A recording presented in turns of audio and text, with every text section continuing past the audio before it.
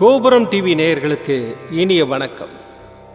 இன்று பிறந்தநாள் காணும் மற்றும் மணநாள் காணும் அத்துணை சகோதர சகோதரிகளுக்கும் எங்களது இனிய வாழ்த்துக்கள்.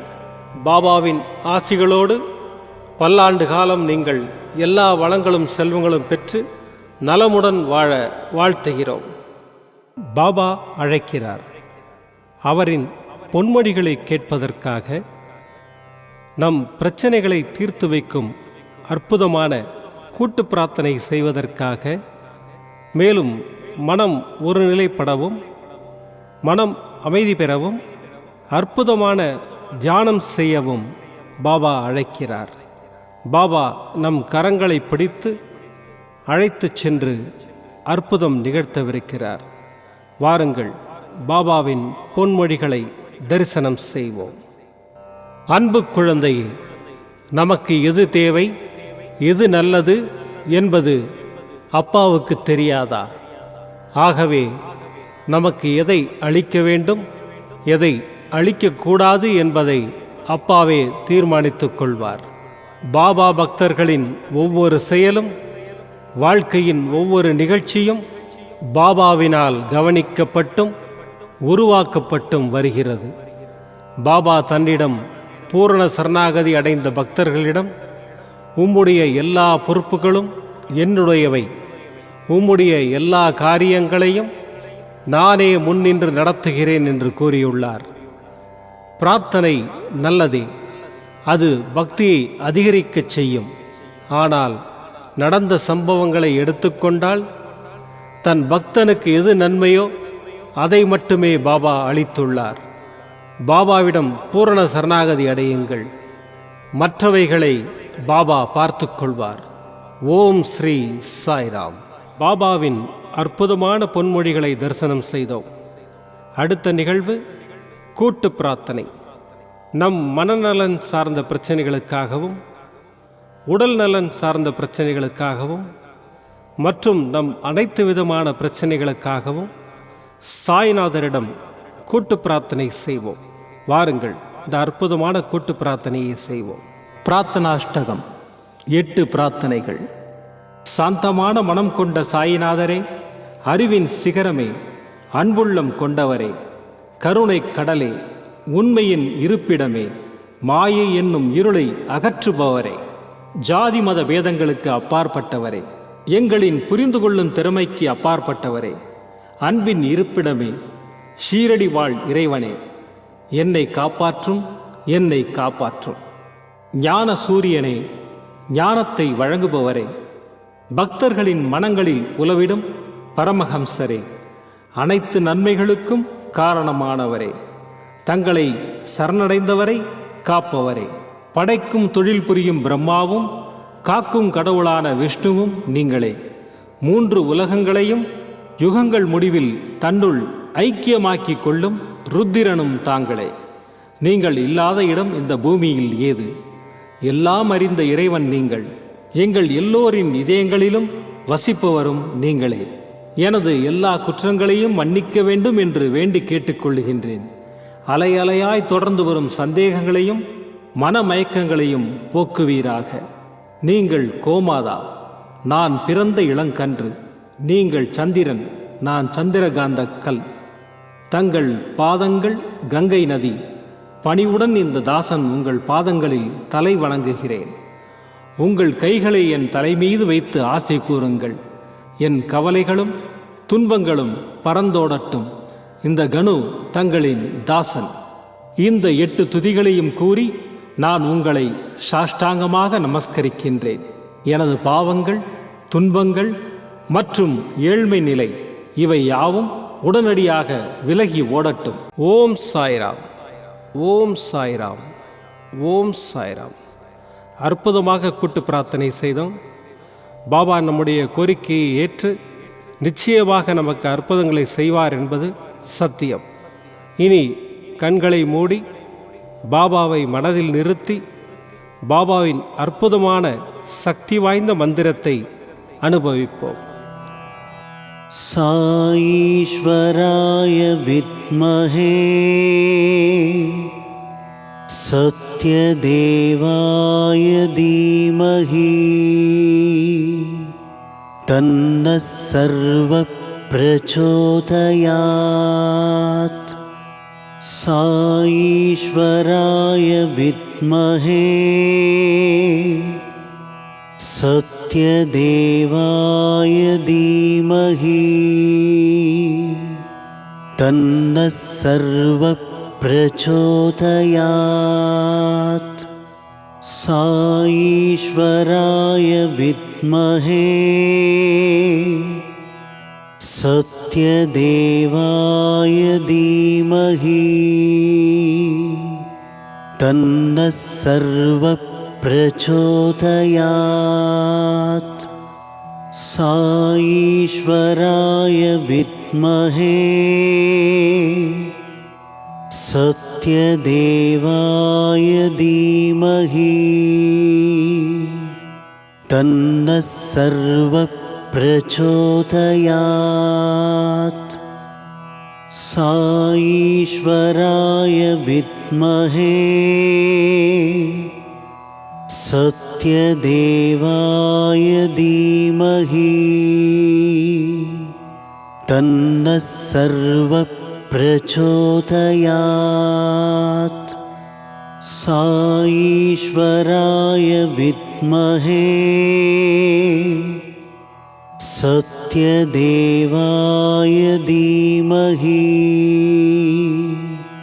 तन्नः सर्वः प्रचोदयात्। साईश्वराय विद्महे सत्यदेवाय धीमहि तन्नः सर्वः प्रचोदयात्। साईश्वराय विद्महे सत्यदेवाय धीमहि तन्नः सर्वः प्रचोदयात्। साईश्वराय विद्महे सत्यदेवाय धीमहि तन्नः सर्वः प्रचोदयात्। साईश्वराय विद्महे सत्यदेवाय धीमहि तन्नः सर्वः प्रचोदयात्। साईश्वराय विद्महे सत्यदेवाय धीमहि तन्नः सर्वः प्रचोदयात्। साईश्वराय विद्महे सत्यदेवाय धीमहि तन्नः सर्वः प्रचोदयात्। साईश्वराय विद्महे सत्यदेवाय धीमहि तन्नः सर्वः प्रचोदयात्। साईश्वराय विद्महे सत्यदेवाय धीमहि तन्नः सर्वः प्रचोदयात्। साईश्वराय विद्महे सत्यदेवाय धीमहि तन्नः सर्वः प्रचोदयात्। साईश्वराय विद्महे सत्यदेवाय धीमहि तन्नः सर्वः प्रचोदयात्। साईश्वराय विद्महे सत्यदेवाय धीमहि तन्नः सर्वः प्रचोदयात्। साईश्वराय विद्महे सत्यदेवाय धीमहि तन्नः सर्वः प्रचोदयात्। साईश्वराय विद्महे सत्यदेवाय धीमहि तन्नः सर्वः प्रचोदयात्। साईश्वराय विद्महे सत्यदेवाय धीमहि तन्नः सर्वः प्रचोदयात्। साईश्वराय विद्महे सत्यदेवाय धीमहि तन्नः सर्वः प्रचोदयात्। साईश्वराय विद्महे सत्यदेवाय धीमहि तन्नः सर्वः प्रचोदयात्। साईश्वराय विद्महे सत्यदेवाय धीमहि तन्नः सर्वः प्रचोदयात्। साईश्वराय विद्महे सत्यदेवाय धीमहि तन्नः सर्वः प्रचोदयात्। साईश्वराय विद्महे सत्यदेवाय धीमहि तन्नः सर्वः प्रचोदयात्। साईश्वराय विद्महे सत्यदेवाय धीमहि तन्नः सर्वः प्रचोदयात्। साईश्वराय विद्महे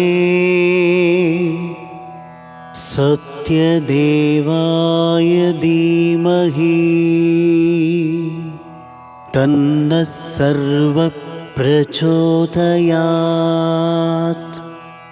साईश्वराय विद्महे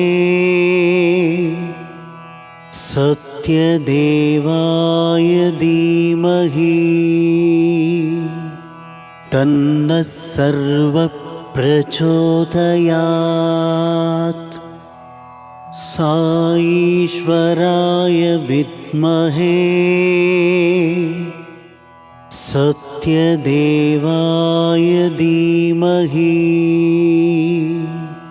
तन्नः सर्वः प्रचोदयात्।